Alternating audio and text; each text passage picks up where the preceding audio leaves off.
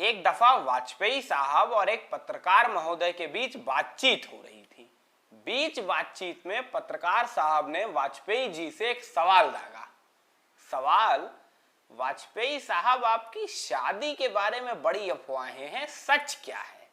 वाजपेयी साहब ने जवाब दिया, अमा यार, शादी का मामला ना हमारा कश्मीर की तरह विवादित है, इस पे ज्यादा बातचीत ना ही हो तो बेहतर है। किसी आम हिंदुस्तानी के दिमाग में कश्मीर के क्या मायने हैं और कश्मीर की असली इमेज बनी क्या है, ये वाजपेयी की टिप्पणी बखूबी बयां करती है। किसी आम हिंदुस्तानी के दिमाग में विवाद माने कश्मीर और कश्मीर माने विवाद, ये इस तरह अंकित हो चुका है कि आने वाले वर्षों में प्रश्न पत्र में अगर विवाद विषय का पर्यायवाची लिखने को कहा जाएगा तो लोग झगड़ा, मनमुटाव ऐसे ऑप्शंस के बजाय कश्मीर पे क्लिक करना ज्यादा बेहतर समझेंगे। लेकिन जनाब, कश्मीर की समस्याओं का ये जो वटवृक्ष खड़ा हुआ देख रहे हैं ना आप, इस वटवृक्ष की जड़ें इतनी गहरे पैबस्त हैं और इतनी उलझी हुई हैं कि एक एक गांठ खोल के और इन जड़ों की एक एक लहरों को जब तक समझा नहीं जाएगा तब तक कश्मीर के विवाद तक ना आप पहुंच सकते हैं और ना कश्मीरियों के दिल तक। पॉलिटिक्स के आज के इस वीडियो में हम आपको कश्मीर के वटवृक्ष की जड़ों की आज वो गांठ खोल के दिखाएंगे जो गांठ ना होती तो शायद इतने बुरे हाल ना होते कश्मीर के। जो गांठ ना होती तो कश्मीर के पहाड़ आज दहशतगर्दी के रंगों में रंगे हुए ना होते। शायद एक उम्मीद तो थी कि कट्टरपंथ का वो बीज जो बरगद बन के खड़ा हो चुका है कश्मीर की घाटी में, वो कभी अंकुरित ही ना होता या अंकुरित होने से रोका जा सकता था कम से कम। लेकिन वो बरगद बन पाया है तो इसमें उस गांठ का बहुत बड़ा किरदार है। आज के इस वीडियो में हम आपको विवादों के इस वटवृक्ष की गांठ साल 1987 के विधानसभा चुनाव का एक एक समीकरण समझाएंगे, जो समीकरण अगर ना बनते तो हिंसा का वो नंगा नाच घाटी की डल झील के सामने ना होता, शंकराचार्य का मंदिर उन नंगी बंदूकों का गवाह ना बनता जो बनने पर उसे मजबूर किया गया। शायद कश्मीर की घाटी दहशतगर्दी और खून के उन रंगों से कभी लाल ही ना होती जिन रंगों को धुलते धुलते सेना को 2 दशक हो चुके हैं। अपनी कुर्बानियों के बूते सेना उन रंगों को धोने का भरपूर प्रयास कर रही है, पर वो मैले रंग हैं कि धुलने का नाम ही नहीं ले रहे हैं। ये साल 1987 के विधानसभा चुनाव थे जिसने कश्मीर की घाटी में आतंकवाद की वो फौज पैदा कर दी जिससे हिंदुस्तान ही नहीं पूरी दुनिया दहशत खाती है।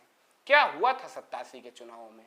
आखिर मैं ऐसा क्यों कह रहा हूं कि 87 के चुनाव ना होते तो शायद दहशतगर्दी इस कदर न फैली होती। दरअसल 87 के विधानसभा चुनाव के बारे में पढ़ने से पहले आपको 2 साल पहले लेके चलना जरूरी है। फारूक अब्दुल्ला साहब मुख्यमंत्री हुआ करते थे, इंदिरा गांधी देश की प्रधानमंत्री थी, साल था 1984 और इसी समय से कांग्रेस और फारूक अब्दुल्ला के बीच थोड़े मनमुटाव शुरू हुए थे। आगे जाके फारूक अब्दुल्ला की ही पार्टी के जीएम शाह, जो उनके रिश्तेदार भी थे, गुलाम मोहम्मद शाह उनका पूरा नाम है, गुलाम मोहम्मद शाह ने फारूक अब्दुल्ला की पार्टी के 12 विधायकों को तोड़ के कांग्रेस के बैकडोर से मिले सपोर्ट को हासिल करके सरकार बना दी। फारूक अब्दुल्ला की सरकार गिर गई और गुलाम मोहम्मद शाह की सरकार बन गई। तब तक राजीव गांधी केंद्र की सत्ता में आ चुके थे। लेकिन राजीव गांधी जिस ट्रैक पे लेके चलना चाह रहे थे सरकार को, गुलाम मोहम्मद शाह उस ट्रैक पे चलने देना नहीं चाह रहे थे। एक एक गणित समझते जाइएगा किस कदर घटनाक्रम बदलता है। पहले फारूक अब्दुल्ला मुख्यमंत्री थे, फिर उनके रिश्तेदार ने पार्टी तोड़ी, फिर कांग्रेस के बैकडोर के सपोर्ट से वो मुख्यमंत्री बनते हैं। इन्हीं दिनों गुलाम मोहम्मद शाह अपने कट्टरपंथ के ट्रैक पे निकल पड़ते हैं। क्योंकि राजीव गांधी ने राम मंदिर का ताला खुलवाया था 86 में, और ताला खुलने के बाद पूरे देश भर में भीषण दंगे हुए थे सिवाय कश्मीर के। कश्मीर में एक भी दंगा नहीं हुआ था सिवाय एक जगह के जिसका नाम था अनंतनाग। वही अनंतनाग जो मुफ्ती मोहम्मद सईद की होम कंस्टिट्यूएंसी हुआ करती थी।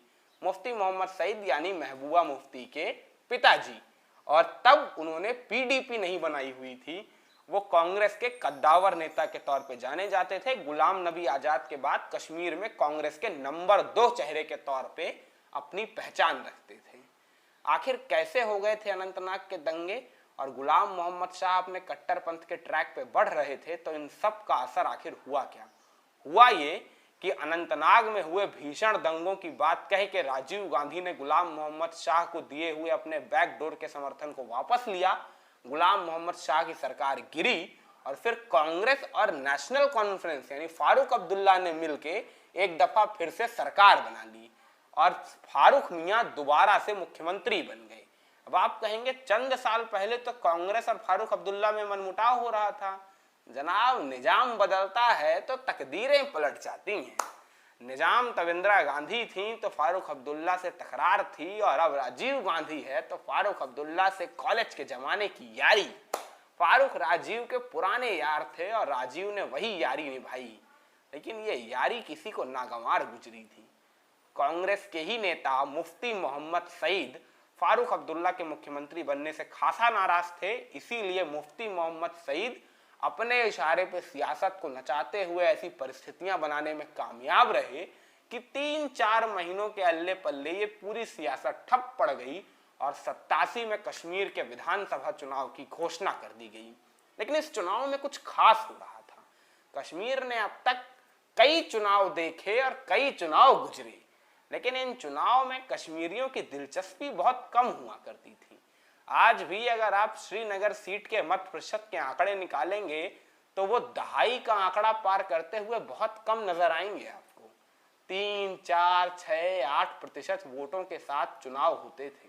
कश्मीरियों की सहभागिता नहीं होती थी लोकतंत्र के इस उत्सव में। तो 87 के चुनाव में आखिर क्या हो गया ऐसा जो मैं कह रहा हूं कि कुछ खास हो गया? 87 के इस चुनाव में राजीव गांधी ने अपना मास्टर स्ट्रोक खेला। वो मास्टर स्ट्रोक, वो चुनावी गणित जो ना राजीव के पहले किसी ने बैठाई थी और ना उनके बाद किसी ने बैठाने की जरूरत की। क्या किया था राजीव ने, जानते हैं? राजीव गांधी ने फारूक अब्दुल्ला के साथ अपना पुराना वाला गठबंधन चुनाव में भी जारी रखा, जिसके बाद कश्मीर की राजनीति 180 डिग्री घूम गई। क्योंकि अभी तक के सभी चुनाव में कश्मीरी जनता के सामने 2 विकल्प होते थे, एक कांग्रेस यानी गुलाम नबी आजाद और मुफ्ती मोहम्मद सईद वाला पाला, और दूसरा शेख अब्दुल्ला की पूरी विरासत यानी फारूक अब्दुल्ला की नेशनल कॉन्फ्रेंस। लेकिन इस गठबंधन के बाद सियासत में कोई विकल्प बचा ही नहीं, क्योंकि शेख अब्दुल्ला की विरासत को वोट देंगे तो भी कांग्रेस को मिलेगा, और मुफ्ती मोहम्मद सईद और गुलाम नबी आजाद के चेहरे पे वोट देंगे तो वो शेख अब्दुल्ला को मिलेगा, फारूक अब्दुल्ला को मिलेगा। पूरी की पूरी सियासत बदल गई। कश्मीरी जनता विकल्पहीन हो गई। उसके सामने विपक्ष को वोट देने का कोई विकल्प बचा ही नहीं। कश्मीरी जनता को जब कोई विकल्प नहीं सूझा, तब इन्हीं आम कश्मीरियों में से कुछ छोटी छोटी इस्लामिक पार्टियों ने अपना एक गठबंधन खड़ा किया, मफ यानी मुस्लिम यूनाइटेड फ्रंट। और इस मफ ने 87 के चुनाव में मानो आग लगा दी। माने इस तारीख के पहले न कश्मीरी जनता ने ऐसा चुनाव देखा था, न कश्मीर की सड़कों पे ऐसी चुनाव की सरगर्मियां महसूस हुई थी, न चाय की टपरियों पे चुनावी चर्चाएं। मफ के आने के बाद पूरे के पूरे सियासी समीकरण में भूचाल आ गया। राजीव गांधी की रातों की नींदें उड़ गईं। फारूक अब्दुल्ला को चैन नहीं रहा। जो राजीव गांधी अपनी जीत की 100% गारंटी मान रहे थे, वो मफ के आने के बाद जरा मायूस से दिखाई देने लगे थे। मफ के आने के बाद कश्मीर की सियासी फिजाएं अचानक गर्म हो गई थी। सियासी बुखार आना जिसे कहते हैं ना, वो कश्मीर को चढ़ चुका था। मफ की नुक्कड़ सभाओं में छोटे छोटे पंपलेट, छोटे छोटे बैनर टांग के जो की जाती थी, उनमें हजारों हजार की तादाद दिखाई देती थी, और भारी भरकम पोस्टरों के साथ भारी भरकम नेताओं के नामों से लदी फदी रैलियां जो कांग्रेस के गठबंधन की होती थी, उनमें नाम लेवा कोई नहीं होता था।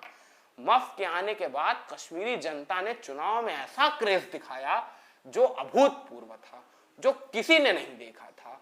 लेकिन मफ के नेताओं में एक खास बात थी जो आगे जाके पूरी की पूरी सियासत का गणित बदल देने वाली थी, या यूं कहूं कि पूरी की पूरी कश्मीर का समीकरण और कश्मीर की नियति बदलने वाली थी।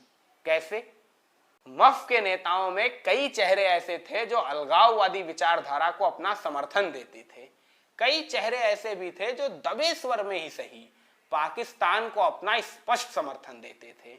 लेकिन इन सब के बावजूद ये तमाम चेहरे कश्मीर की विधायिका में दाखिल होने के लिए 87 के विधानसभा चुनाव में मफ के बैनर तले चुनाव प्रत्याशी के तौर पे कश्मीर की गलियों में खाक छान रहे थे। भरोसा करेंगे आप, दुनिया भर को दहलाने वाली हिजबुल मुजाहिदीन की टीम का कप्तान सैयद सलाउद्दीन कश्मीर में श्रीनगर की विधानसभा सीट से मफ के बैनर तले चुनाव मैदान में उतरा था। जी हाँ, विधायिका में दाखिल होने के लिए सैयद सलाउद्दीन चुनाव मैदान में था और उसका मीडिया मैनेजर कोई और नहीं, जम्मू कश्मीर लिबरेशन फ्रंट वाले यासीन मलिक थे। तो फिर 87 के विधानसभा चुनाव में खड़ा होने वाला एक विधानसभा का प्रत्याशी इतना खूंखार आतंकवादी कैसे बन गया? अचानक कलम दवात की बात करने वाले लोग बंदूक क्यों उठाने लगे? बताएंगे। थोड़ा आगे बढ़ते हैं। 87 के चुनाव में कश्मीर की फिजा बदल गई थी। पूरी फिजा इस कदर हो गई थी कि लोग लोकतंत्र में अपनी भागीदारी निभाने के लिए उत्सुक थे। जल्दी से जल्दी ठप्पा मार के अपनी पसंद के प्रत्याशियों की सरकार बनाने के लिए बेताब थे। वोटिंग भी हुई, इतनी हुई कि छप्पर फाड़, माने इतनी वोटिंग कि अगर आज किसी प्रदेश में हो जाए तो हिल जाएगा गणतंत्र। 80% की वोटिंग, 80% की वोटिंग हुई थी कश्मीर में 87 के चुनाव में। आज किसी प्रदेश में हो जाए तो कल्पना करिए क्या होंगे आंकड़े और कैसे दिखेंगे नतीजे अगर 80% लोग अपने मताधिकारों का प्रयोग करने लग जाएं। कश्मीर की जनता ने ना उसके पहले ऐसा उत्साह दिखाया था और ना उसके बाद कभी दिखाया। 80% का मत प्रतिशत था और पूरी कश्मीर की फिजा देख के कोई भी कह सकता था कि मतों का ये आंकड़ा, ये मतों का मीटर सीधा सीधा मफ की ओर झुक रहा है। कश्मीर की फिजाओं में मफ के प्रत्याशियों के जीतने की सुगबुगाहटें थीं, मफ के प्रत्याशियों के चेहरे पे खुशियों की लकीरें थीं और गठबंधन नेता यानी कांग्रेस वाले लोगों के चेहरों पे मायूसी। लेकिन फिर शुरू होती है मतगणना और यूं शुरू होती है कि खत्म होने का नाम ही नहीं लेती है। मानो बीरबल की खिचड़ी हो गई थी। माने कभी आपने देखा है कि किसी प्रदेश में चुनाव हो और मतगणना एक हफ्ते के बाद हो? एक हफ्ते का समय कभी मतगणना में लिया जाता है? उदाहरण है आपके पास कोई? हाँ, पहले के जमाने में तो चलो 1947, 50, 52 के टाइम पे तो फिर भी मैं मान लूं। 1987 में एक हफ्ते का समय लिया जा रहा था और धांधलियों की खबरें लगातार छप रही थी। चाहे आप कश्मीर की लोकल रिपोर्ट उठा के देख लीजिए, चाहे इंटरनेशनल अखबारों के पन्ने 87 के चुनाव में धांधली की खबरों से पटे पड़े होंगे। इस बात की 100% गारंटी कश्मीर में रहने वाले आम आदमी लेते हैं। कश्मीर की फिजाओं में 87 के चुनाव किस कदर अभी भी एक जिंदा घटना के तौर पे दफन है, ये आपको एहसास कराएंगे कश्मीर के अखबार, जहां आज भी 87 के चुनाव को आतंकवाद के मुख्य कारणों में से एक गिना जाता है। क्योंकि जब 87 के चुनाव के नतीजे आए थे तो फिजाएं पलट चुकी। जिन फिजाओं में मफ की जीत के गीत गुनगुनाए जा रहे थे, उन फिजाओं में अचानक मफ की हार का मातम मनाया जाने लगा। मफ जिसकी जीत की गवाही चाय की टपरियों पे होने वाली चर्चाएं और पान की गुंटियों पे होने वाली गुफ्तगू दे रही थी, वो मफ चुनावी नतीजों में केवल 4 सीटों पे सिमटी हुई नजर आ रही थी। और वो कांग्रेस जिनके नेताओं की रैलियों में नाम लेवा कोई नहीं होता था, इक्का दुक्का भीड़ आती थी, वो कांग्रेस अपने गठबंधन के साथ क्लीन स्वीप नतीजों के साथ सत्ता के सिंहासन तक पहुंच चुकी थी। कश्मीर की आवाम के गले के नीचे नहीं उतर रहे थे ये नतीजे। कोई कैसे यकीन कर लेगा जो ठप्पा मार के आया था मफ पे और उसके विधानसभा में पूरे के पूरे क्लीन स्वीप मार्जिन के साथ कांग्रेस जीत चुकी हो। यकीन करेंगे आप कश्मीर की जनता किस कदर ठगा महसूस कर रही थी। मानो लोकतंत्र की खुशबू भी ना ले पाए थे और लोकतंत्र का झोंका सामने से निकल गया। इस चुनाव में किस कदर धांधली हुई थी, इसकी गवाही फारूक अब्दुल्ला ने खुद अपने इंटरव्यू में दी थी, जो उन्होंने इंडिया टुडे के हरविंदर बावेजा को दिए थे। अगर मेरी स्मरण शक्ति ठीक है तो हरविंदर बावेजा ही नाम था। फारूक अब्दुल्ला से बावेजा ने सीधा सवाल दागा, क्या आप ये गारंटी कह सकते हैं कि 87 के विधानसभा चुनाव पूर्णतः निष्पक्ष थे? फारूक का जवाब इस सिस्टम की कलई खोल देगा। फारूक ने कहा, क्या आप ये गारंटी के साथ कह सकते हैं कि 87 के पहले के 40 चुनाव निष्पक्ष हुए थे? अगर नहीं तो 87 के ही विधानसभा चुनाव पर ब्लेम क्यों? फारूक का ये जवाब तीर की तरह चुभा था बावेजा के कलेजे में, और तीर की तरह चुभेगा आपके कलेजे में अगर आप संवेदनशील होंगे। संवेदनशील इसलिए कि क्या आप कल्पना कर सकते हैं कि किसी आम कश्मीरी ने आज तक लोकतंत्र को वैसा महसूस ही नहीं किया है जैसा हमने और आपने, जैसा यूपी, बिहार, बंगाल के लोग महसूस करते हैं अपने हाथों से सत्ता बना के और अपने हाथों से सत्ता से बेदखल करके नेताओं को, वैसा कभी शायद महसूस ही नहीं किया कश्मीर की जनता ने। ये सवालिया निशान खड़ा कर देता है दिल्ली की हुकूमत के सामने। 87 की विधानसभा चुनाव में हारे हुए नेता, खास तौर से वो नेता जो अलगाववादी विचारधारा को समर्थन देते थे और पाकिस्तान को भी समर्थन देते थे, वो नेता अचानक से कलम दवात की बातें छोड़ के बंदूक की भाषा बोलने लगे थे। ये बिल्कुल आलोचनात्मक बात है कि अगर लोकतंत्र में आपकी एक दफा पराजय हो गई है तो आप बंदूक का सहारा ले लेंगे। बेजुबान लोगों को मौत के घाट उतार के अपनी जीत का जश्न मनाना चाहते हैं आप, अपनी पराजय का बदला लेना चाहते हैं आप। सैयद सलाउद्दीन भी श्रीनगर सीट से हारा और उसके बाद उसने हिजबुल मुजाहिदीन की स्थापना की, जिस हिजबुल मुजाहिदीन के नाम हजारों लोगों के कत्ल हैं, जिस हिजबुल मुजाहिदीन के हाथ खून से सने हुए हैं हजारों लोगों की लाशों से। हिजबुल मुजाहिदीन जैसे आतंकवादी संगठन 87 में मिली चुनावी हार का जवाब कतई नहीं हो सकते हैं। ये बात याद रखिएगा। 48 साल तक जेल में रहने के बाद भी नेल्सन मंडेला ने अफ्रीका में लोकतंत्र की स्थापना की। लोकतंत्र में धांधली होना, किसी चुनाव में धांधली होना आतंकवाद के बराबर कतई नहीं हो सकता है। इसीलिए इस चुनाव में होने वाली धांधली का बहाना लेकर जो आतंकवाद को समर्थन देते हैं वो सीधा और सीधा सजा के हकदार हैं और उनके साथ समाज को न्याय करना चाहिए। उम्मीद करता हूँ ये वीडियो आपको अच्छा लगा होगा, इंटरेस्टिंग लगा होगा। इस वीडियो के सहारे आप कश्मीर की समस्या को समझने के और करीब गए होंगे। अगर अच्छा लगा हो तो लाइक करना मत भूलिएगा, शेयर करना मत भूलिएगा, चैनल को सब्सक्राइब करना मत भूलिएगा, जिससे ऐसे ही इंटरेस्टिंग पॉलिटिकल एनेक्डोट्स लगातार आप तक पहुंच